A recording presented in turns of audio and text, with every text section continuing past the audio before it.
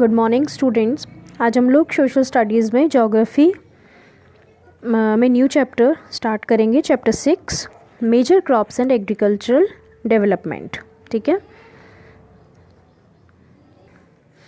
About 10% of the total land surface is suitable for cultivation in the world. हमारे world में फसल के लिए पूरी ज़मीन में से 10% ज़मीन जो है सूटेबल है फसल उगाने के लिए, फसल करने के लिए। A number of physical, economical and social factor help in the selection of crops which can be grown in a particular region. अलग अलग जगहों पर, अलग अलग रीजन पर अलग अलग तरह की फसल की जाती है। उनके अलग अलग फैक्टर्स हैं। कोई फिजिकल फैक्टर हो सकते हैं, इकोनॉमिकल हो सकते हैं और सोशल फैक्टर्स हो सकते हैं। A variety of crops are grown to meet the needs of the rapidly increasing population. जो भी ये तरह तरह की फसलें जो उगाई जाती हैं, ये तेज़ी से बढ़ने वाली पॉपुलेशन की ज़रूरतों को देखते हुए की जाती हैं। The crops also provide raw materials for the agro based industries. जो एग्रीकल्चर बेस्ड इंडस्ट्रीज़ हैं, जिनको एग्रो बेस्ड इंडस्ट्रीज़ बोलते हैं, जिनको उनको ये फसल जो है कच्चा माल भी प्रोवाइड करती हैं। The main crops grown today are classified. जो आजकल मेन क्रॉप्स आज के टाइम में जो की जाती हैं वो कुछ इस तरह से क्लासिफाई की गई हैं। Food crops, plantation crops, fibre crops, beverage crops. Food crops में राइस, व्हीट, मेज़, मिलेट। प्लांटेशन क्रॉप्स में शुगर केन और रबर। फाइबर क्रॉप्स में cotton and jute. Beverage crops में टी एंड कॉफ़ी। अब हम इनको वन बाय वन स्टडी करेंगे। सबसे पहले देखते हैं फूड क्रॉप्स। फूड क्रॉप्स में राइस पढ़ेंगे। Rice forms the staple diet of more than 50% of the population of the world.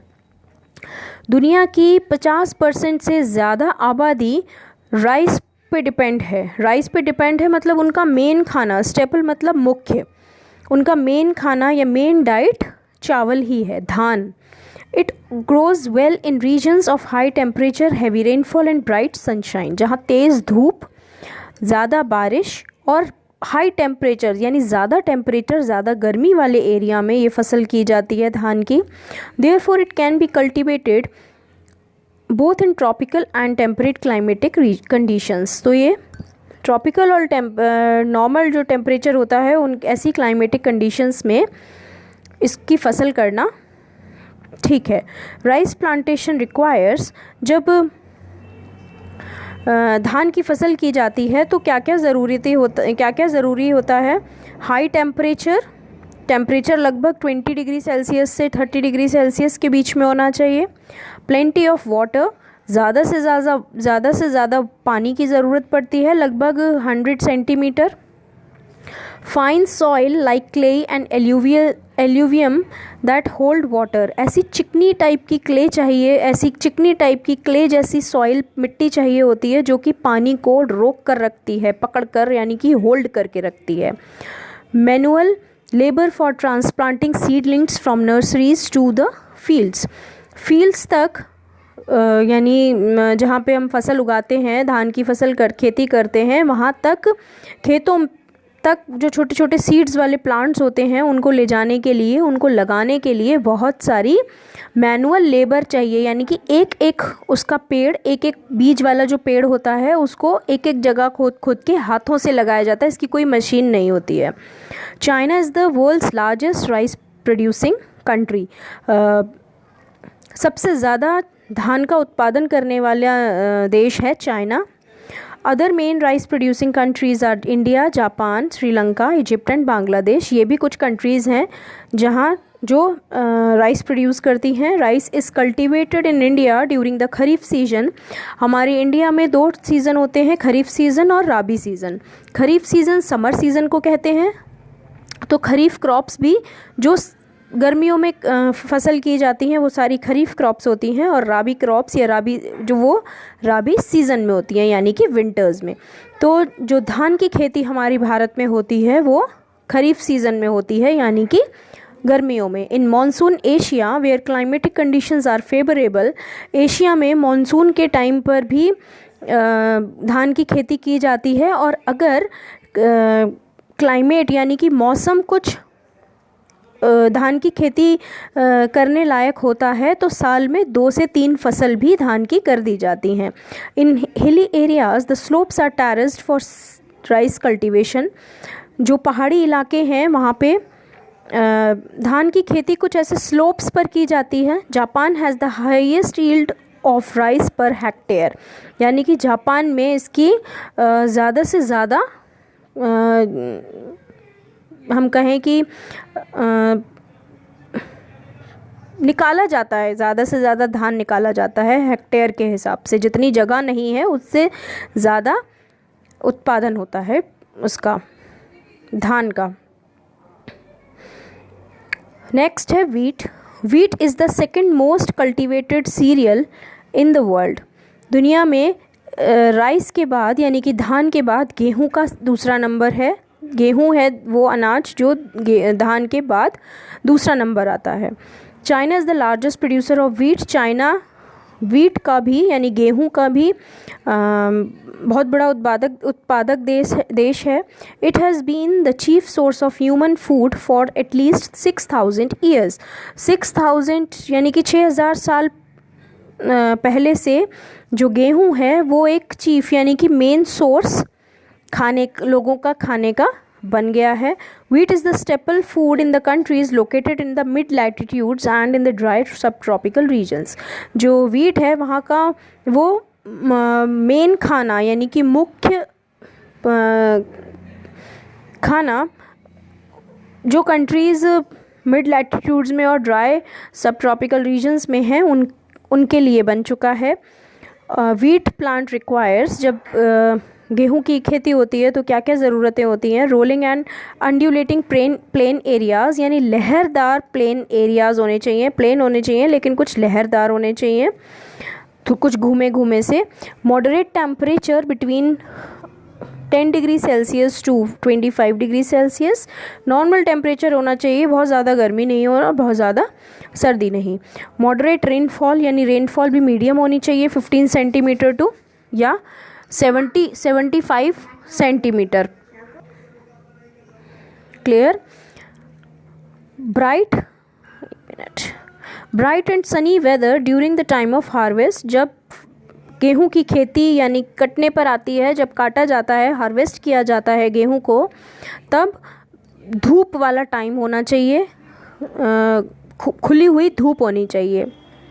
Well drained loamy soils, यानी कि ऐसी मतलब थोड़ी सूखी सी मिट्टी होनी चाहिए, जो चिकनी मिट्टी और जो रेत होता है उसका मिक्सचर लोमी सॉइल्स बोलते हैं, कुछ इस टाइप का होना चाहिए। Wheat is grown on more than 230 million hectares compared to about 165 million hectares under rice. धान की खेती के कंपैरिजन में 230 मिलियन हेक्टेयर्स यानी कि गेहूं की खेती ज़्यादा होती है। The main wheat producing regions are the temperate grasslands, यानी कि जहाँ ज़्यादा गेहूं की खेती होती है वो नॉर्मल टेम्परेचर वाले ग्रासलैंड्स होते हैं, यानी घास वास जहाँ पे होती है। Wheat is known extensively in the prairies of the USA and Canada. Prairies होता है घास के मैदान, प्रेरीज होता है घास के मैदान, यानी कि यूएसए और कनाडा में जो घास के मैदान हैं वहाँ पे ज़्यादा उगाई जाती है ये गेहूँ। Other main wheat producing countries are, इनके अलावा और भी मेन कंट्रीज़ हैं जैसे कि China, India, Russia, France, Ukraine and Australia. यहाँ भी गेहूं की खेती की जाती है। Wheat is cultivated in India during the rabi season. हमारे यहाँ यानी कि भारत में विंटर में यानी राबी सीज़न में गेहूं की खेती होती है। Punjab, Haryana and Uttar Pradesh are the chief producer of wheat. हमारी इंडिया में गेहूं का उत्पादन पंजाब, हरियाणा और उत्तर प्रदेश में ज़्यादा होता है। नेक्स्ट फूड क्रॉप है maize. Maize is also known as corn. Maize मतलब मक्का, भुट्टा, इसको कॉर्न भी कहा जाता है। It originated in Latin America. Latin America में से इसका निकास है या ओरिजिनेटेड है, वहाँ से इसका शुरू हुई है ये। मेज़ is still the staple food of the people of Latin America. Latin America में आज भी जो कॉर्न है वो मुख्य खाना है, वहाँ का मेन फूड है। Later it was introduce in Europe by Christopher Columbus. ये नाम आप लोग याद करिएगा। क्रिस्टोफर कोलंबस ने यूरोप में सबसे पहले इसको इंट्रोड्यूस किया था। मेज़ gives a very high yield per hectare, nearly 50% more than wheat। गेहूँ से 50% के आसपास 50% ज़्यादा इसकी खेती की जाती है। मेज़ प्लांट्स रिक्वायर अंडुलेटिंग रिलीफ, यानी कि इसको भी कुछ ऐसे ही लहरदार जैसा सरफेस चाहिए उगाने के लिए, फसल करने के लिए। मॉडरेट टेम्परेचर, इसको फसल करने के लिए कॉर्न की लगभग टेम्परेचर होना चाहिए 20 डिग्री सेल्सियस से 30 degree Celsius.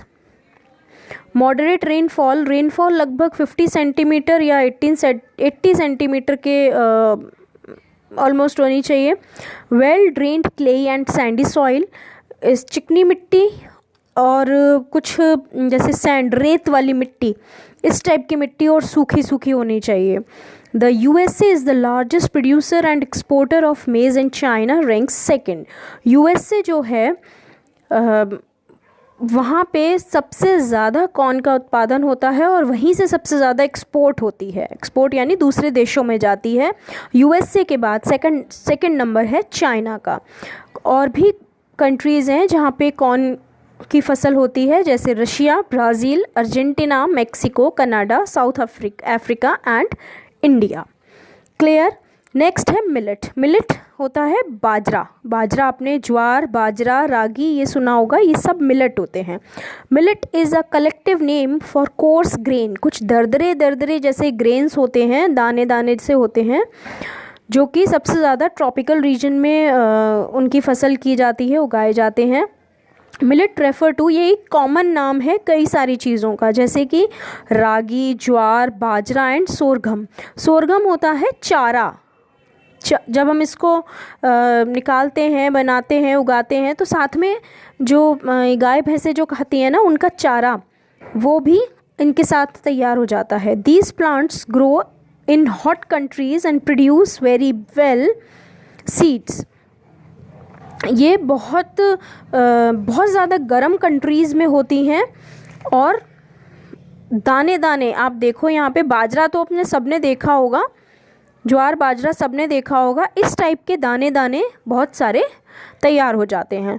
The seeds are used as food mainly to make flour and also to feed to birds and animals. इसके जो दाने हैं वो ज़्यादातर आटा बनाने के लिए यूज़ किए जाते हैं। आपने सबने बाजरे का आटा खाया होगा, वो बनता है और ज़्यादातर बर्ड्स को, पक्षियों को और एनिमल्स को, जानवरों को खिलाने के काम भी आते हैं ये millets. These grains have low nutritional value as compared to the other cereals। इनमें न्यूट्रिशन कम होता है मिलेट्स में बाकी और अनाज को के कंपैरिजन में। Millet plants require high temperature and low rainfall, बहुत कम बारिश और ज़्यादा से ज़्यादा temperature. Less fertile and sandy soil to grow, बहुत कम फर्टिलिटी होनी चाहिए सॉइल की और रेत वाली मिट्टी होनी चाहिए, वहाँ पे हम इसकी फसल कर सकते हैं मिलेट की। The semi arid parts of the tropical and sub tropical region are best suited for millet cultivation. जहाँ ज़्यादा गर्मी होती है वो वाले पार्ट्स इसकी खेती करने के लिए, मिलेट की खेती करने के लिए बेस्ट हैं। The main millet producing countries are India, China, USA, Brazil, Nigeria, Niger and Egypt. ये कुछ कंट्रीज़ हैं जहाँ सबसे ज़्यादा मिलेट का उत्पादन होता है या उगाई जाती हैं, फसल की जाती हैं। इन इंडिया, हमारे भारत में, millets are mainly grown in the states of Rajasthan. ये कुछ स्टेट्स हैं हमारे भारत में जहाँ पे मिलेट की फसल की जाती है, राजस्थान, महाराष्ट्र, गुजरात, उत्तर प्रदेश और हरियाणा। क्लियर है। ये हैं कुछ स्टेट्स जहाँ पे मिलेट की खेती की जाती है। तो ये हमारे 4 हमने पढ़ लिए फूड क्रॉप्स। अब हम आ जाते हैं प्लांटेशन क्रॉप्स पर। Plantation crops, sugar cane. Sugar cane is one of the most important commercial crops grown in the tropical region. Tropical region में फसल की जाने वाली सबसे ज़्यादा या मोस्ट इम्पॉर्टेंट कमर्शियल क्रॉप है, यानी इसका सबसे ज़्यादा व्यापार किया जाता है। शुगर केन क्रॉप रिक्वायर्स, इसकी फसल को ज़रूरत होती है average temperature around 25 degree Celsius, rainfall 100 centimetre से भी ज़्यादा, एल्यूवियम और रिच लोमी सॉइल्स विच रिटेन्स मॉइस्चर, जिसमें ज़्यादा मॉइस्चर ना हो, इस टाइप की सॉइल चाहिए, सॉरी मॉइस्चर होना चाहिए थोड़ा। Sugar is stored in the stem of the sugar cane. गन्ने की जो स्टेम होती है उसके अंदर ये शुगर स्टोर होती है। New sugar cane plants grown from the stem cutting of the old plants. पुराने गन्नों की इस तरह कटिंग की जाती है, उनके जो स्टेम होते हैं, जिससे कि नया प्लांट उगाया जा सके। Sugarcane probably originated in Eastern Asia and was taken to the Middle East and Southern Europe by the Arab traders। यानी अरब के जो व्यापारी थे उनके द्वारा ये मिडिल ईस्ट और सदर्न यूरोप में लाया गया। बाकी इसका ओरिजिनेट यानी कि इसका जन्म, इसकी पैदाइश है ईस्टर्न एशिया की। Nowadays, sugarcane is grown almost everywhere in the tropics and subtropics। Tropics और सब ट्रॉपिकल रीजन्स में आजकल दिनों में आज के टाइम में शुगर केन हर जगह पे इसकी फसल की जाती है। However, there is hardly any sugar cane production in the temperate lands। Temperate lands में शायद ही कहीं शुगर केन का उत्पादन होता है। Brazil is the largest producer followed by India. India के बाद ब्राज़ील सबसे ज़्यादा इसका प्रोडक्शन करता है। China, Thailand, Pakistan and Mexico, ये भी कुछ मेजर कंट्रीज़ हैं, बड़ी बड़ी कंट्रीज़ हैं जो कि सबसे ज़्यादा उत्पादन या सबसे ज़्यादा खेती करती हैं शुगर केन की।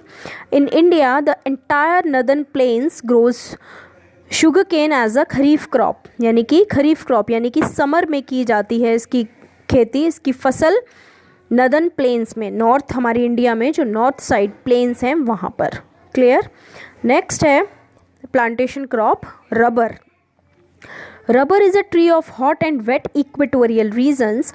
Rubber trees products latex, a thick white liquid।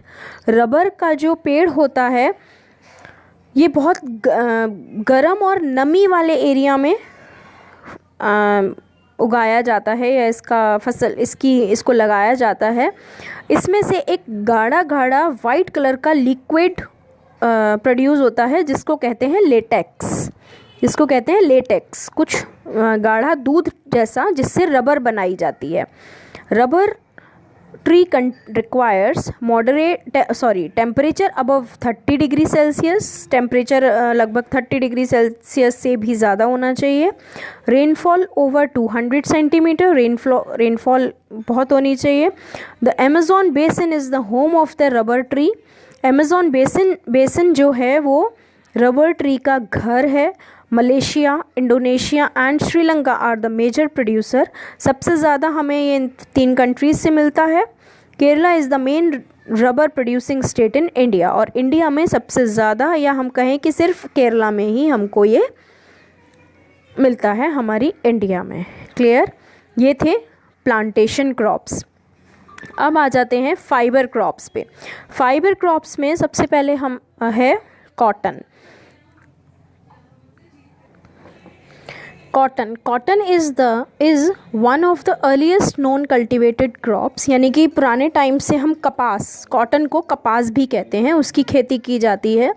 It's cultivation was known to Egyptian and Indus valley civilisation, यानी कि इसकी खेती इजिप्टियंस के और इंडस वैली सिविलाइजेशन, हम उसमें पढ़ा होगा या पढ़ोगे आगे हिस्ट्री में, तब से चल रही है। Cotton is the main raw material for the cotton textile industry. Cotton textile industry जो है, जहाँ पे कॉटन से कपड़े या चीज़ें बनाई जाती हैं, प्रोडक्ट्स बनाए जाते हैं, उनके लिए रॉ मटेरियल यानी कच्चा माल का काम करता है ये कपास। It is also the most widely use fibre to make cloth. कपड़ा बनाने के लिए सबसे ज़्यादा यूज़ होने वाली फाइबर है ये cotton. The quality of raw material depends on the length of the fiber, its fitness, its fineness, luster, softness, strength, color and clearness. ये कुछ प्रॉपर्टीज़ हैं जिन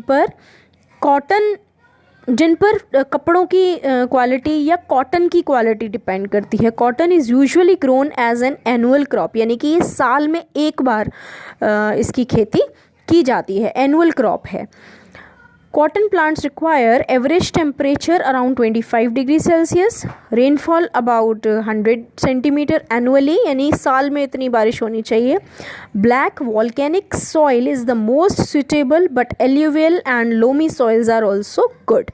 Alluvial soil और black soil और loamy soil ये soils हैं जो cotton के लिए ठीक होती हैं।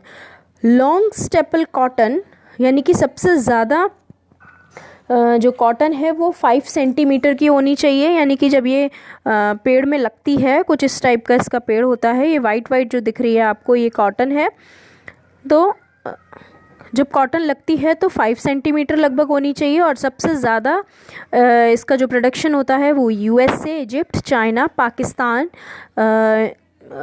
Uzbekistan and Brazil, in countries में होता है। इन इंडिया, हमारे भारत में, cotton is produced in the states of, ये कुछ स्टेट्स हैं जैसे कि महाराष्ट्र, गुजरात, आंध्र प्रदेश, पंजाब एंड मध्य प्रदेश, जहाँ पे भारत में ये कॉटन का उत्पादन होता है। Cotton has been cultivated in India since ancient times, यानी कि बहुत पुराने टाइम से भारत में कपास की खेती हो रही है या की जाती है। Excavations in Mohenjo-daro have shown the use of cotton in those days. यानी कि मोहनजोदारो जगह जो है, वहाँ पे जब खुदाई हुई तब हमें पता चला कि कॉटन का क्या यूज़ हुआ करता था पुराने टाइम में। क्लियर? ये फर्स्ट फाइबर क्रॉप है। नेक्स्ट है jute. Jute is the second most important vegetable fibre after cotton. Cotton के बाद जूट वेजिटेबल फाइबर है। It is also known as the golden fibre. इसको गोल्डन फाइबर भी बोला जाता है। The fibre is taken out from the stalks होते हैं डंठल जैसे होते हैं, उसमें पेड़ के डंठल टाइप्स होते हैं, उसमें से इसको निकाला जाता है। It is the cheapest fibre which can B died. ये सबसे सस्ती फाइबर होती है जिसको डाई किया जा सकता है, मतलब जिसको कलर किया जाता है, लेकिन इसको ब्लीच नहीं किया जा सकता। ब्लीच्ड मतलब इसको क्लीन नहीं किया जा सकता। Clear? Jute plants require temperature around 30 degrees Celsius, rainfall over 100 centimeter और alluvial soil. Jute is mostly used in make packing bags. Packing bags बनाने में यूज़ किया जाता है जूट को। Ropes, रस्सियाँ, रग यानी कारपेट और जो डोर मैट्स होते हैं वो, और mats, चटाइयाँ। Nowadays clothing and accessories are also being made out of jute. Jute से आजकल कपड़े और कुछ एसेसरीज़ भी बनाई जाने लगी हैं। जूट इज़ यूजुअली सोन इन मार्च और अप्रैल। मार्च और अप्रैल में इसको सोन मतलब बोया जाता है। Its stem are cut in August और सितंबर। अगस्त और या सितंबर में इसकी जो डंठल होते हैं, जो इसके स्टेम होते हैं, उनको काट लिया जाता है। Jute growing and harvesting require abundant labour. इसको बोना और इसकी कटाई में, यानी कि इसको काटने में, इसको हार्वेस्ट करने में बहुत ज़्यादा लेबर की ज़रूरत होती है। This is readily available in the densely populated tropical areas where it is grown. तो ये वहीं पर अवेलेबल हो सकता है जहाँ पे ज़्यादा से ज़्यादा पॉपुलेशन हो, तभी आपको ज़्यादा लेबर मिल सकती है। India and Bangladesh are the world's largest producer of jute. India और बांग्लादेश दो देश ऐसे हैं जहाँ जो सबसे ज़्यादा जूट की फसल करते हैं। The lower Ganga basin in West Bengal, हमारे इंडिया में जो है वेस्ट बंगाल में जो गंगा से नीचे जो वो है जगह है, और सुंदरबंस जो है वो जंगल है, are the chief jute producing region. ये वो जगह है जहाँ पे ज़्यादा जूट की फसल होती है। Bihar, Meghalaya and Orissa also produce jute. ये कुछ और स्टेट्स हैं जो हमारे भारत में जूट की खेती करती हैं। क्लियर। अब ये थी फाइबर क्रॉप्स। हम 3 क्रॉप्स पढ़ चुके हैं, फूड क्रॉप्स, प्लांटेशन क्रॉप्स और फाइबर क्रॉप्स। क्लियर। नेक्स्ट अब लास्ट हम पढ़ रहे हैं बेवरेज क्रॉप्स। बेवरेज का मतलब होता है पेय पदार्थ, पीने वाले पदार्थ। तो टी और coffee. Tea is the world's most consumed beverage. पूरी दुनिया में सबसे ज़्यादा पीने वाला पेय पदार्थ है या बेवरेज है चाय। It is prepared from the leaves of the tropical shrub ये which is native to the hill slopes of monsoon Asia.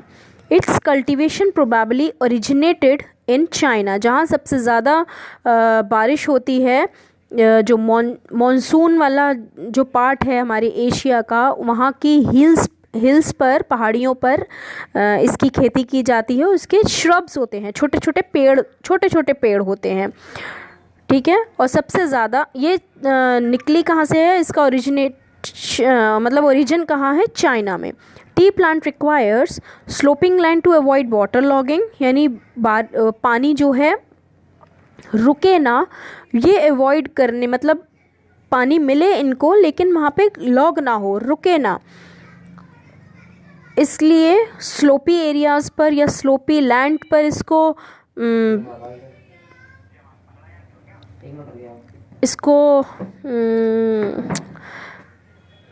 क्या बोलते हैं, इसको सो किया जाता है, हम कहें इसको बोया जाता है या इसकी खेती की जाती है। टेम्परेचर लगभग 20 डिग्री सेल्सियस होना चाहिए। एवरेज रेनफॉल 200 सेंटीमीटर होनी चाहिए। Deep well drain fertile soil, यानी कि बहुत गहरी वो होनी चाहिए मिट्टी, गहराई तक इस फर्टाइल हो सॉइल। लेबर चाहिए, बहुत सारी लेबर चाहिए जो चाय की पत्तियों को तोड़ सके, पिक कर सके। 2 tender leaves and a bud are usually plucked from each stem, यानी कि 2 कोमल सॉफ्ट, टेंडर मतलब सॉफ्ट, 2 कोमल या नाजुक या नरम सॉफ्ट पत्तियां और कलियां ये एक स्टेम में से तोड़ी जाती हैं। The picking season is from March to December. March से लेके दिसंबर तक पिक करने का, पिक मतलब इनको तोड़ने का सीज़न होता है। इन इंडिया, हमारे भारत में, the tea leaves are plucked once in a fortnight. 15 दिन के समय को कहते हैं फोर्टनाइट। तो 15 दिन में एक बार हमारे भारत में इनको तोड़ लिया जाता है, इनकी पत्तियों को। वाइल इन चाइना, जबकि चाइना में the tea leaves are plucked 3 और 4 टाइम्स इन अ ईयर, जबकि चाइना में साल में 3 या 4 से बार ही इनको तोड़ा जाता है। Nowadays modern machines are used to process the tea leaves. आजकल मॉडर्न मशीन्स बनाई गई हैं जो कि टी लीव्स को प्रोसेस कर देती हैं। Proper rolling, fermenting, blending of tea leaves give it required flavour, और उसको मतलब फर्मेंट कर देती हैं, बना देती हैं, तैयार कर देती हैं, और उनको प्रॉपर फ्लेवर भी मिल जाता है। China is the largest producer of T in the world में सबसे ज़्यादा टी का जो प्रोडक्शन है वो चाइना से होता है। अदर टी प्रोड्यूसिंग कंट्रीज़ और इसके अलावा, चाइना के अलावा इंडिया, श्रीलंका, केन्या और जापान, ये कुछ 4 कंट्रीज़ हैं जहाँ पे टी का प्रोडक्शन होता है। आसाम, वेस्ट बंगाल में दार्जिलिंग एंड तमिलनाडु में नीलगिरीज जो है वो पहाड़ियाँ हैं, are the leading tea producing states in India, हमारी इंडिया में असम, वेस्ट बंगाल में दार्जिलिंग, तमिलनाडु में नीलगिरीज, यहाँ से सबसे ज़्यादा टी प्रोड्यूस होती है। क्लियर। लास्ट है coffee. Coffee plant is a native of the highlands of southern Ethiopia. Ethiopia के सदर्न इथोपिया के हाईलैंड्स जो हैं वहाँ पे कॉफ़ी के प्लांट्स लगाए जाते हैं। The name coffee has been derive from the highland district of Kaffa where it was first found. सबसे पहले जो मिली थी ये काफा एक जगह है हाईलैंड में, वहाँ से मिली थी, तभी से इसका नाम काफा नहीं कॉफ़ी कर दिया गया है। Coffee is now a popular drink. आज के टाइम में एक जानी मानी ड्रिंक हो गई है ये coffee. Coffee powder is obtained by grinding the roasted coffee beans और बेरीज़। कॉफ़ी की जो बेरीज़ होती हैं उनको, या कॉफ़ी की फलियां होती हैं उनको सुखाकर रोस्ट करके ग्राइंड करके तब कॉफ़ी पाउडर बनाया जाता है। ग्राइंड मतलब पीस कर। It is widely cultivated on the lower hills of the tropical regions, यानी कि निचली पहाड़ियाँ जो हैं, नीचे की पहाड़ियाँ जो हैं ट्रॉपिकल रीजन्स में सबसे ज़्यादा ये वहाँ पे इसकी खेती की जाती है। Coffee plant requires moderately high temperature, लगभग 20 डिग्री सेल्सियस टेम्परेचर चाहिए, heavy rainfall almost 150 centimetre, rich porous loam और volcanic soil. Brazil is the largest producer of coffee in the world. Brazil सबसे ज़्यादा कॉफ़ी जो है प्रोड्यूस करता है। इसके अलावा और भी कुछ कंट्रीज़ हैं जैसे कि Colombia, India, Angola, Ethiopia, Mexico, Vietnam and Indonesia, जो कि कॉफ़ी को प्रोड्यूस करती हैं या कॉफ़ी की फसल करती हैं। और भारत में coffee is mainly produced in Karnataka, Kerala and Tamil Nadu. हमारे इंडिया में ये 3 स्टेट्स हैं जो कि कॉफ़ी की खेती करती हैं या फसल करती हैं। क्लियर। ये सारी क्रॉप्स हैं जिसे हम पढ़ चुके हैं, कंप्लीट कर चुके हैं। अब आप लोग इसको ध्यान से समझिएगा, देखिएगा, थोड़ा सा और बचा है, इसको भी कंप्लीट कर लेते हैं। Agricultural development. Agricultural development refers to efforts made to increase farm production in order to meet the needs of a increasing population. यानी कि एग्रीकल्चर में क्या क्या डेवलपमेंट हम कर सकते हैं कि बढ़ती हुई पॉपुलेशन की ज़रूरतों के हिसाब से हम अपने फसल का उत्पादन करें या खेती करें या उनको बढ़ावा दें। The ultimate aim of agriculture development is to increase food security. सबसे मेन जो एम है वो ये है कि हमारे खाने को सिक्योरिटी मिले। This can be achieved through, ये हमें मिल सकता है इंक्रीजिंग एरिया अंडर कल्टीवेशन, यानी कि जहाँ हम फसल करते हैं वो एरिया ज़्यादा होना चाहिए, एक साल में ज़्यादा से ज़्यादा हम फसल कर सकें। इम्प्रूविंग इरिगेशन फैसिलिटीज़, यानी कि उनको फसल को जो पानी देना होता है उनकी फैसिलिटीज़ को सुधारें।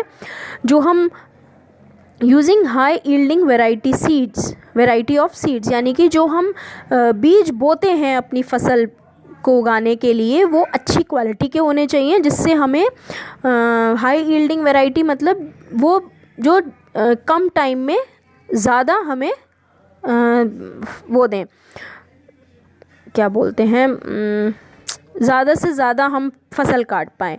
Use organic and chemical fertilisers, organic fertilisers और केमिकल फर्टिलाइज़र्स यूज़ करें। मैकेनाइजेशन ऑफ एग्रीकल्चर, यानी कि मशीन और इन सब चीज़ों को हम अपनी फसल में यूज़ करें या कुछ अच्छा करें। ठीक है, तो ये था हमारा चैप्टर। अब आप इसको और ध्यान से समझिएगा, सुनिएगा, कोई प्रॉब्लम हो तो आप लोग मुझसे पूछिएगा, मैं इसके एक्सरसाइज सेंड कर दूँगी, तो प्लीज़ आप सब लोग अपनी फेयर नोटबुक में डन कर लीजिएगा। All right, good day all of you.